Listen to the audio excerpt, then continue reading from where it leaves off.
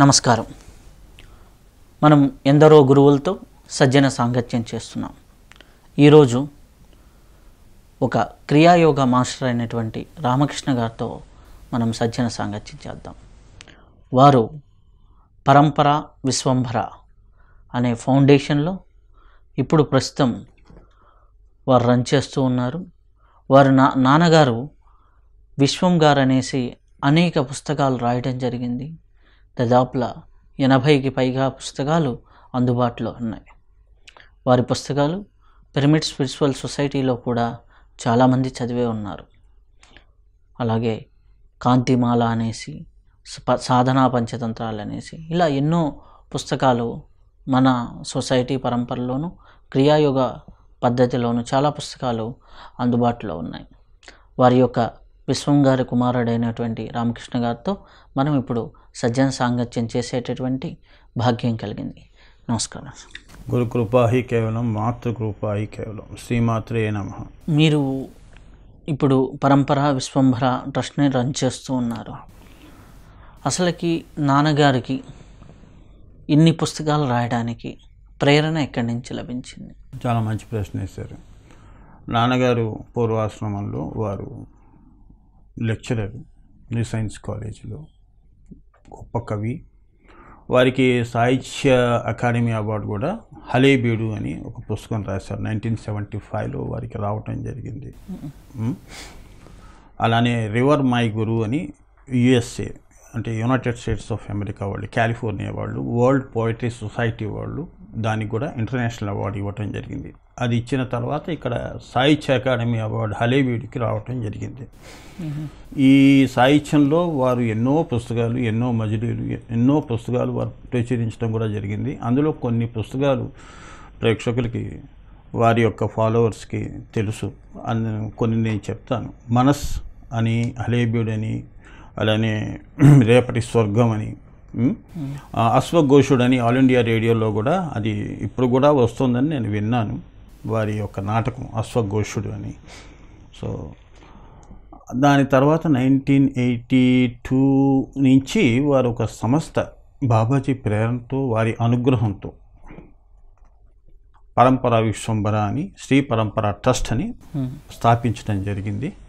ఇది ఎందుకు స్థాపించాల్సి వచ్చింది అంటే, ఇది గురువుల యొక్క ఆల్ ఆఫ్ ఎ సడన్ వారి యొక్క ఆజ్ఞ రావటం జరిగింది. ఎన్నో జన్మల నుంచి వీరు ఏంటంటే బాబాజీ గారితో చాలా ఇది ఉండేది. అసలు పంపించటం కూడా బాబాజీ వీరిని ఈ యొక్క రూపంలోకి వారి ఆజ్ఞతోని వాళ్ళు వచ్చారు. అందుకని వీళ్ళందరూ కూడా కారణ జన్మలు, అంటే కారణంతో వచ్చిన వాళ్ళు. వాళ్ళ పనేదో వాళ్ళు చేసుకుని వెళ్ళిపోతారు. నేను ఇంతకుముందే చెప్పాను, చాలామందికి ఎందరికో చెప్పాను నేను. సో ఆ కారణంతో ఏంటి ఆ కారణం? వాళ్ళు వచ్చింది దేనికి? ఈ సంస్థ ఎందుకు స్థాపించాము అంటే, అమ్మవారి యొక్క లలితా సహస్రనామాలు కానివ్వండి, ఖడ్గమాల కానివ్వండి, ఇవన్నీ యంత్రాలు. ఈ యంత్రాలన్నీ అమ్మవారు వేయించుకుంది వారి గురు కృపతో. సో 1408 యంత్రాలు, 1000 సహస్రం, 300 త్రిశతి, 108 ఖడ్గమాల. సో ఇవన్నీ కూడా భవిష్యత్తులో అతి త్వరలో ఇవన్నీ కూడా లోకానికి అందించడం జరుగుతుంది. ఈ యంత్రాలు ఇప్పుడు ప్రపంచంలో ఎక్కడా లేవు. మనం మిగతా యంత్రాలు, మిగతా దేవతలు, కామ్య దేవతలు ఎవరైతే ఉంటారో, లక్ష్మీ యంత్రం అని, కుబేర యంత్రాలు అని చెప్పి అవి మన దగ్గర, చాలామంది దగ్గర వాళ్ళు చేస్తున్నారు. సో ఇవన్నీ కూడా 1000 యంత్రాలు ప్రపంచంలో ఎక్కడా లేదు. ప్రస్తుతం ఇది మన దగ్గర అమ్మవారి అనుగ్రహంతో, బాబాజీ అనుగ్రహంతో అవి ప్రస్తుతం మా సంస్థలో ఉంది. ఇవన్నీ అతి త్వరలో ఇవి పుస్తక రూపం దాలుస్తాయి. సో ఆ పనిలోనే నేను ఉన్నాను. సో నేను మెడిటేషన్లో వారు ఇచ్చే సందేశాలు టెలిపతిక్గా వాళ్ళు ఇచ్చే మెసేజెస్ ఏవైతే ఉంటాయో ఆ ప్రకారంగానే ఆ సంస్థ నడుస్తుంది. నా యొక్క సంకల్పాలతో మటుకు ఏమీ జరగవు. ఎందుకంటే సంకల్పాలన్నీ కూడా అమ్మవారి యొక్క సంకల్పాలు. మీరు ఇప్పుడు పరంపర ఫౌండేషన్ నాన్నగారు స్థాపించారు మహోవతార్ బాబాజీ గారి ప్రేరణతో.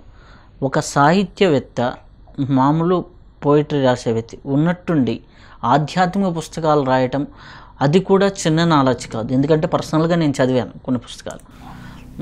ఎందుకంటే మిమ్మల్ని కలిసినప్పుడు నేను దాదాపులో ఒక 15-20 పుస్తకాలు తీసుకున్నాను.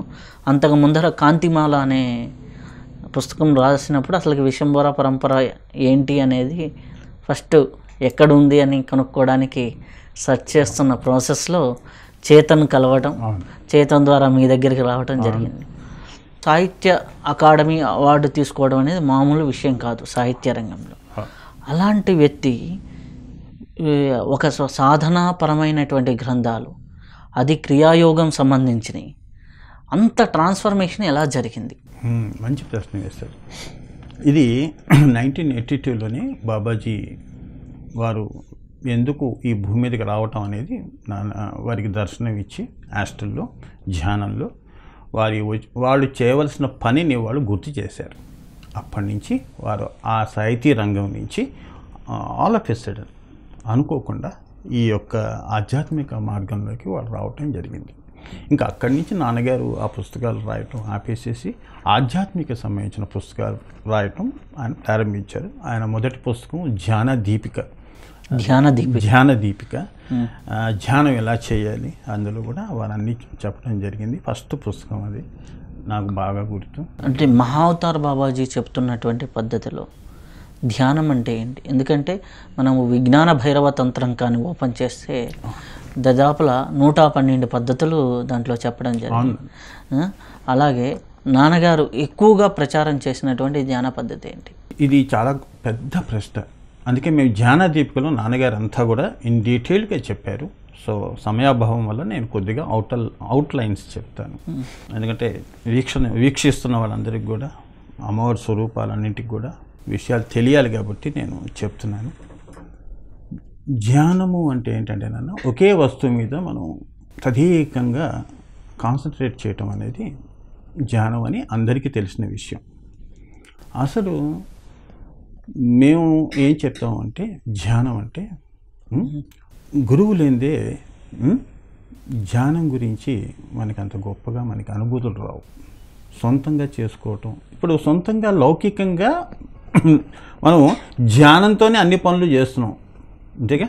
శ్రద్ధగానే ఉద్యోగాలు చేస్తున్నాం, శ్రద్ధగానే అన్ని పనులు చేస్తున్నాం, శ్రద్ధగానే సంసారాలు చేస్తున్నాం, అన్నీ శ్రద్ధగానే చేస్తున్నాం. అందులో ధ్యానం కూడా కలిసి ఉంది, శ్రద్ధలోనే ధ్యానం కూడా ఉంది. ఈ రెండు మళ్ళీ కలిసే ఉంటాయి. శ్రద్ధాన్ లభ్యతే జ్ఞాన అని కృష్ణుడే చెప్పాడు. సో ధ్యానం అంటే ఏమిటి? ఒక పనిని నువ్వు ఎన్ని వ్యవహారాలు చేస్తున్నా కూడా, ఒక వంట చేస్తున్నాము అన్నప్పుడు లేదా ఒక కార్ డ్రైవ్ చేస్తున్నప్పుడు పక్కవాడితో మాట్లాడుతూ కూడా ఇక్కడ ధ్యానం ఉంటుంది, అంతర్లీనంగా ధ్యానం ఉంటుంది. వాళ్ళ మాటలు వింటూ ఉంటాం, ఇక్కడ డ్రైవింగ్ చేస్తూ ఉంటాం. సో ఈ రెండు కూడా కలిసి ఉండేవి. సో భక్తి, గురు భక్తి, విశ్వాసము, ఇది ట్రాన్స్ఫార్మ్ అయింది అంటే ఈ ధ్యానమే భక్తి అవుతుంది. భక్తి ధ్యానం, ధ్యానం భక్తి, ఈ రెండు ఒకటే. భక్తి కావాలంటే వేరే రూపం కావాలి కదా, అక్కడ పోతే ద్వైతం అవుతుంది, ధ్యానంలో అద్వైతం అవుతుంది. ఇప్పుడు అక్కడికే వస్తున్నాం. ఇప్పుడు ఈవెన్ ధ్యానంలో కూడా మనం ఒక వస్తువుని మనం కాన్సన్ట్రేట్ చేస్తున్నాం, అక్కడ కూడా ద్వైతం ఉందిగా. మన ప్రయత్నం దేనికి? అద్వైతంలోకి వెళ్ళాలి. ఇప్పుడు క్రియ ఎక్కడి వరకు చేస్తాము? ఆజ్ఞాచక్రం వరకు క్రియ ఉంటుంది. శ్వాస మీద ధ్యాస పెట్టి మనం క్రియ చేసుకుంటూ ఆజ్ఞాచక్రం దాకా తీసుకొస్తాం. సో మూలాధారం నుంచి ఆజ్ఞాచక్రం, అవునా? ఈ కమలాలన్నీ కూడా చక్రాలుగా ఉన్న మూలాధార చక్రాలన్నీ కూడా దాన్ని పద్మాలుగా వికసింపజేయటం. వాడే పరిపూర్ణ పురుషుడు. చక్రాలుగా తిరిగితే మాయలో తిరుగుతున్నట్టే, అవి పద్మాలుగా వికసించటం. ఒకేసారి సహస్రార కమలం వికసించింది అంటే సహస్రదళం. వాడు సర్వజ్ఞుడు, వాడే గౌతమ బుద్ధుడు. బుద్ధి వికసించిందిరా, వాడు బుద్ధిమంతుడురా, వాడికి చెప్పవలసిన విషయం ఏం లేదు, అవునా? సో ఆ ప్రయత్నంలో ఆజ్ఞాచక్రం నుంచి ఇంకా క్రియ ఎక్కడుంది? నిష్క్రియే. నీ ప్రయత్నం నిష్క్రియంలోకి వెళ్ళటం. ఇంకా అక్కడ త్రిపుటి భంగం అయిపోయింది, అవునా?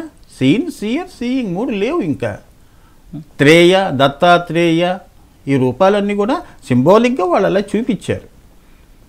ఈ మూడు ఎప్పుడైతే భంగం అయిపోయిందో నువ్వు నిష్క్రియంలోకి వెళ్ళిపోయావు. అంటే ఏంటంటే నీకు తెలిసిన విషయం ఏంటంటే అహం బ్రహ్మాస్మి, అంటే నేను ఇదంతా కూడా ఒకటే, నేను అంటాడు. అక్కడ కింద చూస్తాడు చక్రాల వైపు, కింద సృష్టి అనేకము, అది ఏకము. ఏకం నుంచి అనేకంలోకి వచ్చాం కానీ అనేకంలో ఏకం వెతుక్కోవటం కాదు. సో మన ప్రయత్నం ఏమిటి? ఏకంలోకి వెళ్ళటం, అవునా? సో క్రియ నుంచి నిష్క్రియం. సో ఈ చక్రాలు, ఈ కుండలిని శక్తి అనేది ఏదైతే ఉద్బోధన చేసే ప్రక్రియలు ఏవైతే ఉంటాయో ఇవన్నీ కూడా నాన్నగారు ధ్యాన దీపికలో చెప్పడం జరిగింది, చాలా గొప్పగా చెప్పడం జరిగింది. అలానే ధ్యాన కల్చర్ అని ఇంగ్లీష్ వాళ్ళకు కూడా, ఇంగ్లీష్ రీడర్స్ కూడా నేను ఆ బుక్ కూడా పబ్లిష్ చేశాను. ఎందుకంటే ఈ ధ్యానం మీద నేను డీటెయిల్డ్గా చెప్పుకుంటూ పోతే చాలా టైం పడుతుంది. సో అందుకని నేను నా పరంపరలో నేను క్లాసెస్ కండక్ట్ చేసి ఒక్కొక్క ప్రశ్న తీసుకుని ధ్యానం అంటే ఏమిటి, భక్తి అంటే ఏమిటి, ఈ ధ్యానం మళ్ళీ ముదిరింది అంటే ట్రాన్స్ఫర్మేషన్. పాలల్లో 4 ఉన్నాయి, అవునా? నేను నీకు పాలిచ్చి అందులోంచి నువ్వు జ్యోతిని బయటికి తీయనప్పుడు అదొక విధానం ఉంటుంది, తంత్రం ఉంది, అవునా? పాలని కాచటం, అందులో నుంచి మళ్ళీ ఇవన్నీ చాలా ప్రొసీజర్స్ ఉంటాయి. చివరికి నెయ్యిని తీసి దాన్ని దీపంగా వెలిగించుకోవటం, అదే నీ యొక్క ఆత్మ. సో స్థూల సూక్ష్మ, సూక్ష్మతర సూక్ష్మతమ. సో అక్కడ దాకా తీసుకెళ్లేదే ధ్యానం. మనం బహిర్దృష్టి, అంతర్దృష్టి అని 2 ఉంటాయి దృష్టిలు. సో మనం ధ్యానం చేసేటప్పుడు ఏంటంటే అంతర్దృష్టి ఎక్కువ పెట్టాలి.